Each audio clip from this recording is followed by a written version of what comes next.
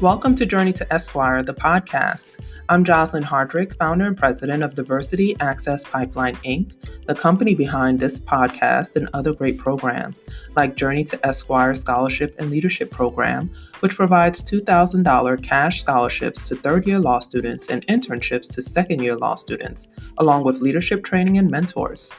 And Journey to Esquire, the blog, which provides insightful articles to help navigate you through law school and beyond.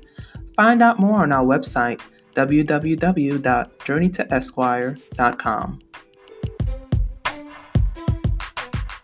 Hello, everybody. Hello. My name is Assita Toure. I am currently a 3L at Stetson College of Law. Oh, my bad. Microphone. I am currently a 3L at Stetson College of Law. So I learned about the Diversity Access Pipeline program from a career source mentor at Stetson. She presented the program to me as a partnership with JIBA. I was looking for help for the bar because I was like, it's expensive. And so I thought, like, going into it, I assumed it was like, you know, like the regular bar prep scholarships that are usually offered. And I found out that it was so much more. I learned that Diversity Access Pipeline was going to help us to become better lawyers overall and in everything that we were doing. I realized this very early on when I got the email back saying that I had an interview. And I was like, yay, I got the interview. And then I saw that we had to do a presentation, we had to do all these different things. And I was like, okay, this is serious, this is much different than the usual bar prep scholarships that are offered.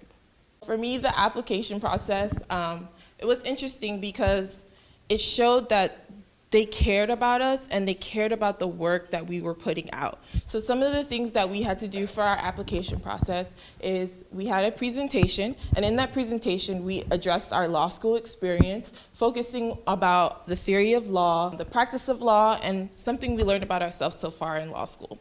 My overarching theme was details matter. With that, I believe that details matter in the practice of law, and they matter in law school as well. You know, making sure you focus in on the details and it can change the outcome as it goes along. We also had to do a writing sample, which was like, I believe, like 30 to 40 minutes, and we did a writing sample about how the interview process was going so far. We also had a proofreading exercise, a group interview, and a one-on-one interview. So like this interview process, it was long, it was draining, but it gave me hope. It gave me hope that I would learn something from this, even if I didn't get the scholarship. Thank God. I got the scholarship, and we were up and running, and some of the things we had were the modules. The modules were super helpful for us because they kind of encompass everything that you needed as a lawyer and let you see that there's a lot that goes into the law. There's a lot of things that impact you, and there's a lot of things that you need to be focusing on and getting ready as a law student. Some of the modules we learned was lawyer wellness, bar review, federal clerkship, time management, diversity, legal writing, mentoring, all things that we all already spoke about. But I have lawyer wellness in the middle, as many of the other scholars have addressed. That was one of my favorite programs because in law school we don't have very great wellness. So I think it was important to see that, you know, the competitive environment, it does drive us and it does make us nervous. It does allow us to start forming bad habits, but we still need to focus on ourselves, and I think that was really important. So another impactful module for me was the federal clerkship module, and in that module we learned about federal clerkships and that opportunity, and it kind of opened my eyes to this different job opportunity that I wasn't looking at before. One of my goals is to become a judge, so I think an opportunity like that will go to help me to become a better judge and realize what I need to do going forward to get in that path, and I think working under a judge is the best way to get that kind of experience.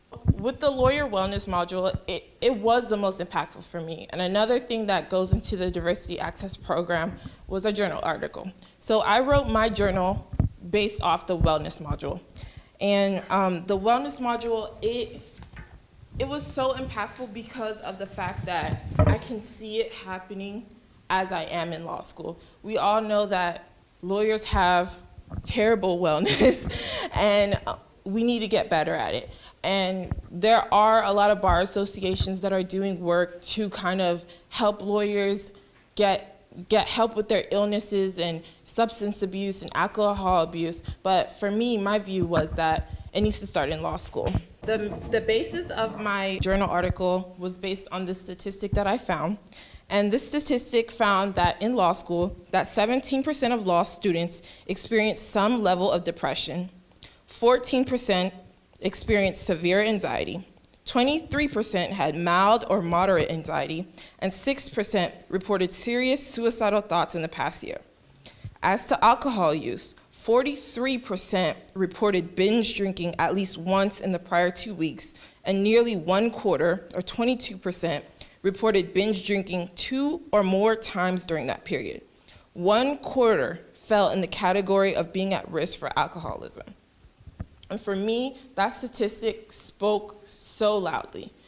I am in law school and I see how easy it is for you to go to alcohol, for you to go to substance abuse, and I think that sometimes it's the norm. We kind of see it, like a lot of students at my school, they go to a bar every week on the dot. Everybody's gonna go to that bar, and it's normal. And I think that we're focusing on it too late, because these traits and these habits are developing while we are in law school, and focusing on what we can do to help students before they get to the point of it being too late is really important. One of the most worrisome aspects about the rates of illness listed above is that many students are aware of the issues that they have. And the study also found that 42% of students need help for poor mental health, but only half of them are seeking it out. So students know that they have these issues, but not a lot of students are actually going to places to get help for those issues. And that is a severe problem. Showing students that it's okay to seek help and they shouldn't feel ashamed if they do have these issues, and then showing students that a lot of students are struggling and a lot of them are going to these sources, alcohol and substances, illegal substances, to get relaxed or, to cope in this stressful environment is important, so that they can see that these are not traits that they need to bring with them into the legal profession. One of my solutions were that law schools could have a mandatory wellness program in their 1L year. I think 1L year is super important. It's so stressful. This is where you form your competitive spirit, where you kind of learn that maybe I need to lose sleep. Maybe I need to be drinking coffee and doing all these unhealthy habits. So if you're teaching students at that stage when they first get in, like the rates, letting them know that you have a higher chance of being stressed and depressed and going to substance abuse, it can help them prevent and work ahead of time so that they don't develop those habits as they go on. Another one of my solutions was hiring at least 2 professional counselors for campus. I know most campuses have professional counselors, but I think having 2 is important, because there's a 42% of students that are not going to help, but the other percentage are going to help.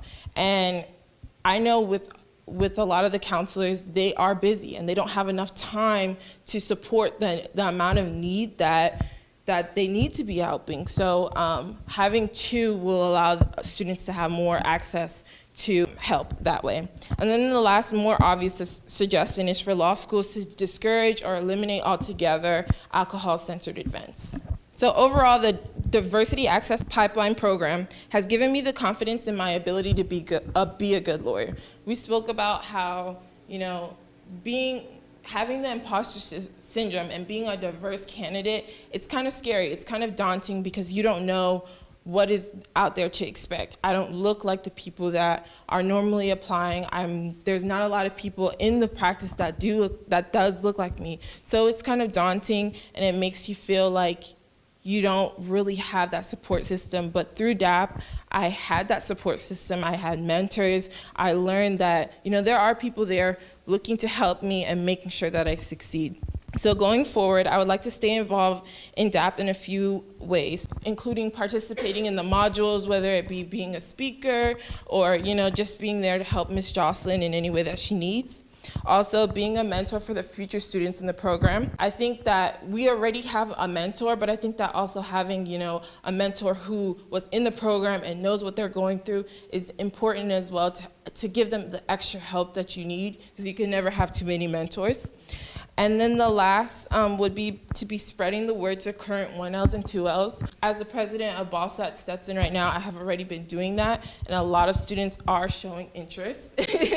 So definitely just letting them know how great this program is and showing them that there are people out here to help you, and there are people who are going to be on your side and ready to help you in any way that you need. So with that.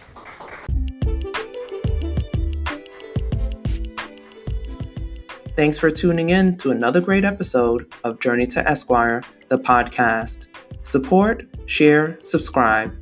And for more, visit www.journeytoesquire.com.